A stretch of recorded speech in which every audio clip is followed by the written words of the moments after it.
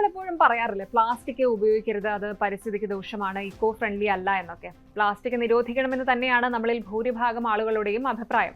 എന്നാൽ ഒന്ന് ആലോചിച്ചു നോക്കൂ, പെട്ടെന്ന് ഒരു ദിവസം നമ്മുടെ ചുറ്റുമുള്ള പ്ലാസ്റ്റിക് കവറുകളും പാക്കറ്റുകളും ഒക്കെ അപ്രത്യക്ഷമായാൽ എന്തായിരിക്കും അവസ്ഥ എന്ന്. നമ്മൾക്ക് വലിയ താല്പര്യമില്ലെങ്കിലും ഇതുപോലെ ഒഴിച്ചുകൂടാനാവാത്ത ഈ പ്ലാസ്റ്റിക് കവറുകൾ കിട്ടാനില്ലാതെ ഇപ്പോൾ ഒരു രാജ്യം ശരിക്കും വലയുകയാണ്. ഒരു പാവപ്പെട്ട രാജ്യമല്ല, ലോകത്തിലെ ഏറ്റവും വലിയ സാങ്കേതിക ശക്തിയായ ജപ്പാനാണ് ആ രാജ്യം. പ്ലാസ്റ്റിക് ബാഗുകൾക്കും പാക്കേജിംഗ് മെറ്റീരിയൽസിനുമൊക്കെ കടുത്ത ക്ഷാമം നേരിട്ടതോടെ ജപ്പാനിലെ വമ്പൻ ബ്രാൻഡുകൾ അവരുടെ ഉൽപ്പന്നങ്ങളുടെ കളർഫുൾ പാക്കറ്റുകൾ മാറ്റി മോണോക്രോം, അതായത് ബ്ലാക്ക് ആൻഡ് വൈറ്റ് ആക്കാൻ നിർബന്ധിതരായിരിക്കുകയാണ്. കേൾക്കുമ്പോൾ ശരിക്കും നമുക്ക് വിചിത്രമായിട്ട് തോന്നാം, പക്ഷേ സംഗതി സത്യമാണ്. പ്ലാസ്റ്റിക് കുറയ്ക്കണമെന്ന് ആഗ്രഹിച്ച ഒരു ലോകത്ത് പെട്ടെന്ന് പ്ലാസ്റ്റിക് ഇല്ലാതെ ആയപ്പോൾ ജപ്പാന് എങ്ങനെയാണ് പണി കിട്ടിയത്? എന്താണ് ജപ്പാനിൽ യഥാർത്ഥത്തിൽ സംഭവിക്കുന്നത്? ജപ്പാന് പ്ലാസ്റ്റിക് കവറുകൾ ഇല്ലാതാവുകയാണോ? എന്താണ് ഇതിന് പിന്നിലെ അന്താരാഷ്ട്ര രാഷ്ട്രീയം? നമുക്ക് വിശദമായിട്ട് നോക്കാം. ജപ്പാൻ എന്ന് കേൾക്കുമ്പോൾ നമ്മുടെ മനസ്സിൽ ആദ്യം വരുന്നത് എന്താണ്? ഹൈടെക് സിറ്റികൾ, ബുള്ളറ്റ് ട്രെയിൻസ്, അതുപോലെ കളർഫുൾ ആയ സൂപ്പർ മാർക്കറ്റ്സ് അല്ലേ? എന്നാൽ ഇപ്പോൾ ജപ്പാനിൽ നിന്ന് വരുന്ന വാർത്തകൾ കേട്ടാൽ നിങ്ങൾ ശരിക്കും ഞെട്ടും. പ്ലാസ്റ്റിക് കവറുകൾ, ഫുഡ് ട്രേകൾ, എന്തിനേറെ പറയുന്നു, നമ്മൾ കടകളിൽ കാണുന്ന ചിപ്സിന്റെ ഈ കളർഫുൾ ആയിട്ടുള്ള പാക്കറ്റുകൾ വരെ ജപ്പാനിൽ നിന്ന് അപ്രത്യക്ഷമായിക്കൊണ്ടിരിക്കുകയാണ്.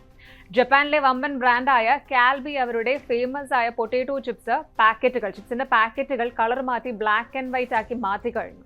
ജപ്പാനിലെ ബേക്കറികൾ, സൂപ്പർ മാർക്കറ്റുകൾ, ടേക്ക് അവേ റെസ്റ്റോറന്റുകൾ എന്നിവയെല്ലാം പ്ലാസ്റ്റിക് കവറുകൾക്കും ഫുഡ് പാക്കേജിംഗ് മെറ്റീരിയൽസിനും ഒക്കെ കടുത്ത ക്ഷാമം നേരിടുകയാണ്.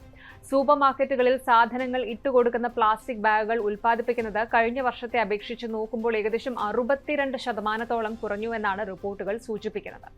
ഇത് പ്ലാസ്റ്റിക് ബാഗുകളിൽ മാത്രം ഒതുങ്ങുന്നില്ല. കടകളിൽ ഉപയോഗിക്കുന്ന റബ്ബർ ഗ്ലൗസുകൾ, ക്ലീനിങ് ഏജന്റുകൾ, അതുപോലെ പ്ലാസ്റ്റിക് ട്രേസ് എന്നിവയെല്ലാം കിട്ടാനില്ലാത്ത അവസ്ഥയാണ്. ടോക്കിയോയിലെ ഒരു റെസ്റ്റോറന്റ് ഉടമ പറയുന്നത് ദിവസേനയുള്ള ആവശ്യങ്ങൾക്കുള്ള റബ്ബർ ഗ്ലൗസസ് വാങ്ങാൻ പോലും ഇപ്പോൾ പല കടകൾ കയറി ഇറങ്ങേണ്ട അവസ്ഥയാണ് എന്നാണ്. വിലയും റോക്കറ്റ് പോലെയാണ് കുതിച്ചുയരുന്നത്. ഇനി നിങ്ങൾ ചിന്തിക്കുന്നുണ്ടാകും, ജപ്പാൻ പോലെ ഇത്രയും വികസിച്ചൊരു രാജ്യത്തിന് പ്ലാസ്റ്റിക്കിന് ക്ഷാമം വരാൻ എന്താണ് കാരണമെന്ന്. ഇതിന്റെ വേരുകൾ കിടക്കുന്നത് മിഡിൽ ഈസ്റ്റിലാണ്. മിഡിൽ ഈസ്റ്റിൽ നടക്കുന്ന യുദ്ധവും സംഘർഷങ്ങളുമാണ് ജപ്പാന്റെ ഉറക്കം കെടുത്തുന്നത്.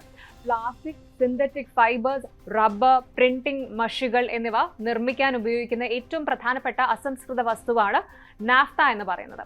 ഇത് ക്രൂഡ് ഓയിലിൽ നിന്നാണ് വേർതിരിച്ചെടുക്കുന്നത്. ജപ്പാൻ തങ്ങൾക്ക് ആവശ്യമുള്ള ക്രൂഡ് ഓയിലിന്റെ ഭൂരിഭാഗവും ഇമ്പോർട്ട് ചെയ്യുന്നത് മിഡിൽ ഈസ്റ്റിൽ നിന്നാണ്.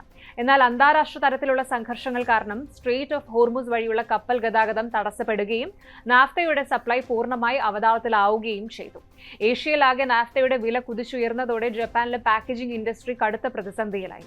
ഇതിന്റെ ഏറ്റവും രസകരവും എന്നാൽ ചിന്തിപ്പിക്കുന്നതുമായ വശം എന്താണ് എന്ന് വെച്ചാൽ, നാഫ്തയുടെ ക്ഷാമം പ്രിന്റിംഗ് മഷിയെയും ബാധിച്ചു എന്നതാണ്. കളർ പ്രിന്റിംഗിന് ഉപയോഗിക്കുന്ന മഷികൾ പെട്രോളിയം അധിഷ്ഠിതമാണ്.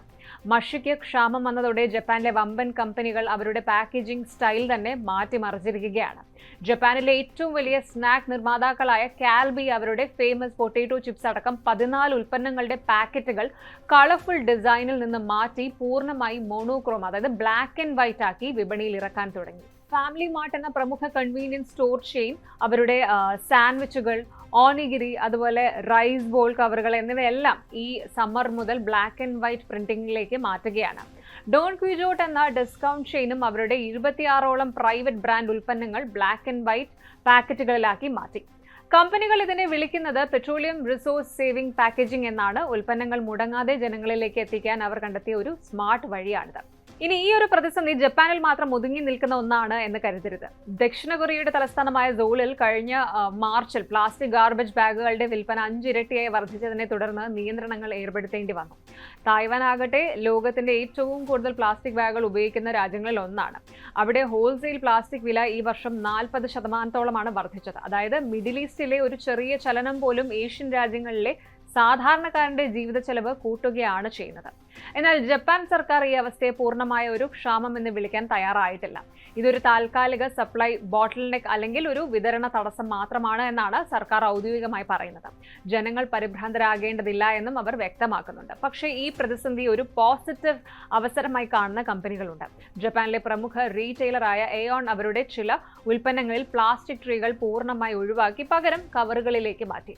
ഇതിലൂടെ പ്ലാസ്റ്റിക് ഉപയോഗം 40% കുറയ്ക്കാൻ അവർക്ക് കഴിഞ്ഞു. പാരിസ്ഥിതിക പ്രശ്നങ്ങളെ പുനർവിചിന്തനം ചെയ്യാനുള്ള ഒരു അവസരമായിട്ടാണ് പലരും ഈ ഒരു പ്രതിസന്ധിയെ നോക്കിക്കാണുന്നത്. ഒരു കാര്യം ആലോചിച്ച് നോക്കൂ, ഗ്ലോബലൈസേഷന്റെ ഈ ഒരു കാലത്ത് ലോകത്തിന്റെ ഏതോ ഒരു കോണിൽ നടക്കുന്ന ഒരു യുദ്ധം മറ്റൊരു രാജ്യത്തിരിക്കുന്ന നമ്മൾ കഴിക്കുന്ന ചിപ്സ് പാക്കറ്റിന്റെ കളർ വരെ മാറ്റാൻ കെൽപ്പുള്ളതാണ്. ജപ്പാൻ ഈ പ്ലാസ്റ്റിക് പ്രതിസന്ധിയെ എങ്ങനെ മറികടക്കുമെന്ന് നമുക്ക് കാത്തിരുന്ന് കാണാം. ഒരുപക്ഷെ ഇത് പ്ലാസ്റ്റിക്കിനോട് പൂർണ്ണമായി വിട പറയാൻ ജപ്പാനെ പ്രേരിപ്പിച്ചേക്കാം. കൂടുതൽ വാർത്തകൾക്ക് news 18 Keralam YouTube channel subscribe ചെയ്യുക.